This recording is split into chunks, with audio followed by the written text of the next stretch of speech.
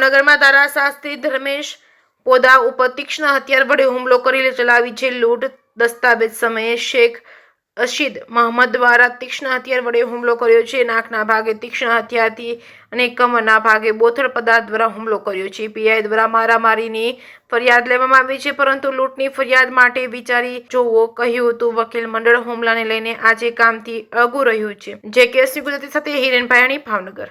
કાલે sub registrar ઓફિસમાં બપોરે ટોકન મારું 3 વાગ્યા અને 10 મિનિટનું ટોકન હતું, જે અનુસંધાને દસ્તાવેજ કરવા માટે ગયેલ।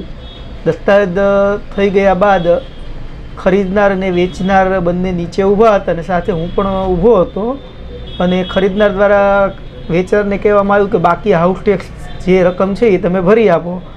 તો વેચનારે ના પાડી કે હવે એ રકમ મારે કાંઈ ભરવાની થતી નથી, હવે જે હોય તું ભોગવી લે। તો એ કે ના, આ રકમ તો તમારે ભરવી પડે, જે હોય વ્યવહારિક છે। એટલે કે ના, એ રકમ કાંઈ હવે ભરવાની થાય નહીં। તો ખરીદનાર દ્વારા કહેવામાં આવ્યું કે જો એ તમે વકીલશ્રીને પૂછો, સાહેબને પૂછો કે આ જૂનું બાકી લેણું હોય ખરેખર કોણે ભરવાનું હોય। તો કે મને કે સાહેબ તમે જે હોય ચોખવટથી તટસ્થ રીતે વાત કરો। મેં કહેલું કે જે જૂનું કોઈ બાકી લેણું હોય દસ્તાવેજ પહેલાંનું એ વેચનારે તે ક્લિયર કરીને આપવાનું હોય। તો વેચનાર દ્વારા મારી ઉપર ઉશ્કેરાઈ ગયા અને ગાળું આપી કે એ તમારે વચ્ચે અમારી બેની મેટર છે, દખલગીરી કરવાની જરૂર નથી, એ અમે બે ફોડી લેશું। તો ખરીદનારે કીધું કે જવા દો, કાંઈ વાંધો નહીં, જે છીએ અમે જોઈ લેશું, એમ કરીને બધા અમે છૂટા પડ્યા અને ખરીદનારે વયા ગયા। હું મારું એ દરમિયાન મારે એક ફોન આવ્યો હતો, હું ફોનમાં વાત કરતો હતો, પછી સ્કૂટર મારું પાર્કિંગમાં પાછળ પડેલું લઈને બહાર નીકળો।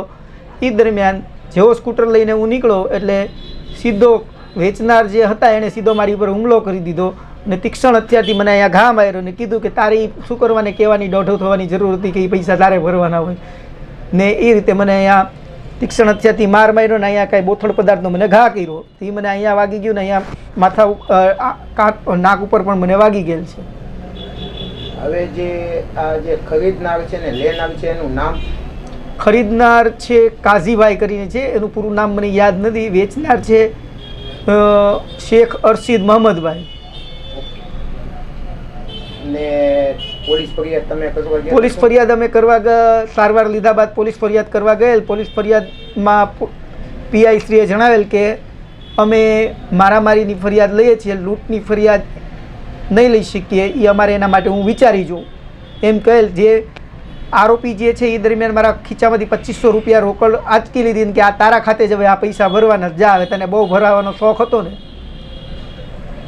ને હવે તમે ફરિયાદ કરવાના છો? હા, અમે ફરિયાદ છીએ અત્યારે લેખિત સ્વરૂપમાં આપી દીધેલ છે।